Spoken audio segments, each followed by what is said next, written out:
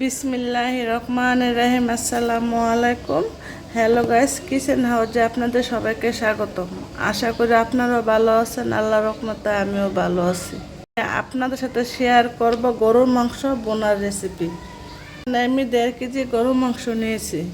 1.5 চামচ ধনিয়ার গুঁড়া, 1.5 চামচ জিরার গুঁড়া, 1.5 চামচ নিয়েছি হলুদের গুঁড়া, আর 2 চামচ শুকনো মরিচের গুঁড়া, স্বাদ মতো লবণ, রসুন বাটা 1.5 চামচ, আদা বাটা 1 কাপের মতো, গরম মশলা।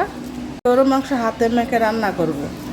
পেঁয়াজ, সব মশলা দিয়ে দিলাম। পরিমাণ মতো তেল। গরুর মাংস যেহেতু চর্বি আছে, তেল বেশি দিতে হবে না। মেখে নেব হাতে।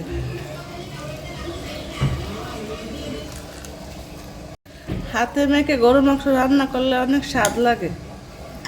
এখন আমি রেস্টে রাখবো 10 মিনিটের জন্য। বন্ধুরা, গরুর মাংসটা আমি চুলাতে বসিয়ে দিয়েছি। এখন ডেকে দেব। সবাইকে জানাই শুভরাতের শুভেচ্ছা।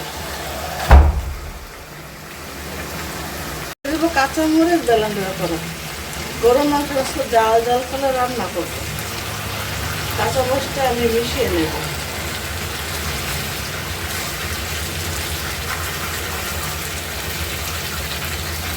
আমি ওই পাত্রে মাংস তরকারিটা বসিয়েছি, এটা জায়গা হবে না, এই জন্য এই পাত্রে বসাবো। এখন আমি মাংসটাকে চেঞ্জ করে নিয়েছি পাত্র।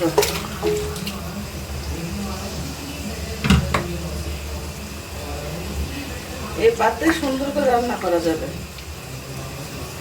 20 থেকে 25 মিনিটের জন্য আমি ডেকে দিলাম। 25 মিনিট পর আমি ঢাকনাটা উঠিয়ে দেখে নেব মাংসটা কষানো হয়েছে কিনা। একটা ক্যাপসিকাম, বড় একটা টমেটো দিয়ে মাংসের সাথে কষিয়ে নেব। এই ক্যাপসিকামটা দিলে তরকারিটা স্বাদ আরো বেড়ে যাবে। তার সাথে দিলাম 3টা রসুন।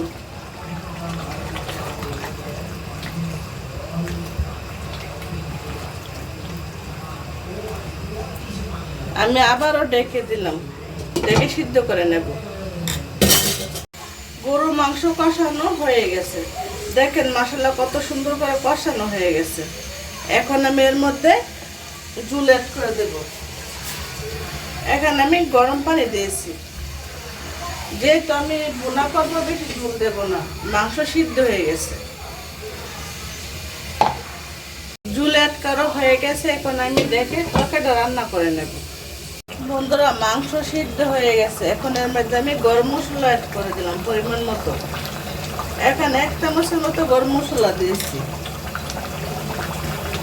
দিয়ে আর কিছুক্ষণ তরকারি আমি রান্না করে নেব। বন্ধুরা, আমার গরম মাংস তরকারি রান্না শেষ হয়ে গেছে। এখন আমি চুলা থেকে নামিয়ে নেব।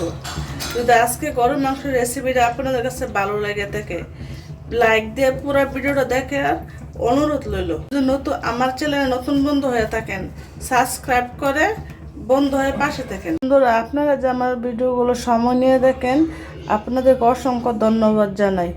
ভিডিওগুলো ভালো লাগলে বেশি বেশি করে শেয়ার দিয়ে দেবেন, বেশি বেশি লাইক দিয়ে দেবেন, আর চ্যানেলটা সাবস্ক্রাইব করে আমার পাশে থাকবেন। ফেসবুক থেকে দেখেন, তাদেরকে অসংখ্য ধন্যবাদ জানাই আমার পেজটাকে সাপোর্ট করার জন্য। আজ এ পর্যন্ত। আল্লাহ হাফেজ।